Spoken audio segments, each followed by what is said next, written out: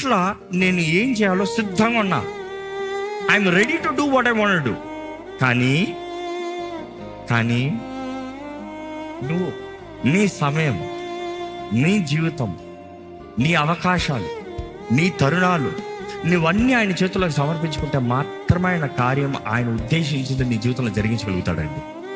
నువ్వు నీ మార్గంలో పోతూ, నువ్వు ఎట్లా పడతాలో బ్రతుకుతూ, నీ సమయాన్ని వేస్ట్ చేసుకుంటూ, నీ జీవితాన్ని వ్యర్థపెట్టుకుంటూ, దేవుని చిత్తము నీ జీవితంలో జరగాలంటే జరగదు.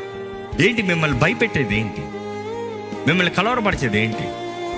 మిమ్మల్ని మేకింగ్ యూ డౌట్, ఫియర్ ఏంటి? నీకు ఒక సమస్య వస్తుందండి. ఇదిగో శత్రువు తన గుర్రాలను పంపిస్తున్నాడు, తన ఆర్మీని పంపిస్తున్నాడు. కానీ నేను అగ్ని రథాలని, దూతల్ని నీకు పంపిస్తాను. నేను నా సైన్యాన్ని నీకు పంపిస్తున్నాను. ఈరోజు దేవుడు చెప్పేది అదే. నీ చింత యావత్తు ఆయన మీదే. కొన్నిసార్లు నీకు చింత, నువ్వు బెంగపడుతూ భయపడుతూ ఉన్నావంటే you are not looking at the solution, you are looking at the problem. వెళ్ళినప్పుడు let's go out of this place అంట. నాకు నచ్చట్లే. ఏంటి నచ్చట్లే? చూస్తాను ఇంకా చక్కగా ఉంది, మనసులో నెమ్మది లేదు. This something wrong here. కొంతమంది వ్యక్తులు చక్కగానే వచ్చి మాట్లాడతారు, cut it straight. No, this is not good. అనేక సార్లు ఈ డిసర్నింగ్నెస్సే మనల్ని తప్పిస్తుంది. కానీ ఆ డిసర్నింగ్ నీలో పని చేయాలంటే అలర్ట్నెస్ ఉండాలి. శక్తి లేదు.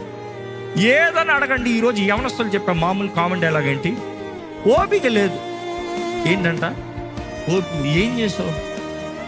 పొద్దుటే ఓపిక లేదు, అందుకని అట్లే ఉన్నా. ఏం చేసావు? ఓపిక లేదు. పడక మీద ఉన్నావు. ఎట్లా ఓపిక వస్తుంది? లే, మొహం కడుగు, లే, తిను. నీ దేహానికి ఫ్యూయల్ కావాలి. తిన్నావా? ఒకరోజు తినకపోతే పర్వాలేదు అనుకుంటున్నావు, రోజు తినకపోతే బలహీనుడు అయిపోతావు.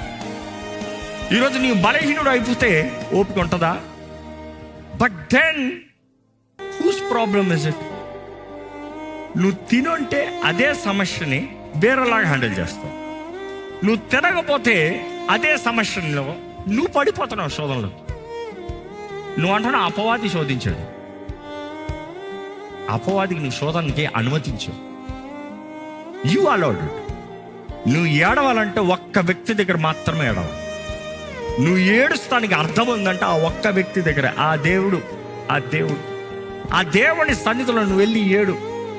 నీ కన్నీటి బొట్టుని దాచిపెడతాడంట. నువ్వు అనుకుంటాడా కన్నీటి చేస్తున్నాడు? నువ్వు దేవుడు అంటాడు, అంత ప్రతి బొట్టు నా దగ్గర లెక్క ఉంది. నువ్వు ఏడ్చిన విషయం ఏది నేను ఊరక తీసేది. నువ్వు ఏడ్చిన విషయం ఏది నేను విడిచిపెట్టను. ఎందుకంటే ప్రేమించే తండ్రి నీ బాధను చూసుకుంటూ ఊరుకునే దేవుడు కాదు. కానీ నువ్వు ఎవరి దగ్గర వెళ్ళి ఏడుస్తాం కాదు, శత్రువు దగ్గరికి వెళ్ళి ఏడుస్తాం కాదు.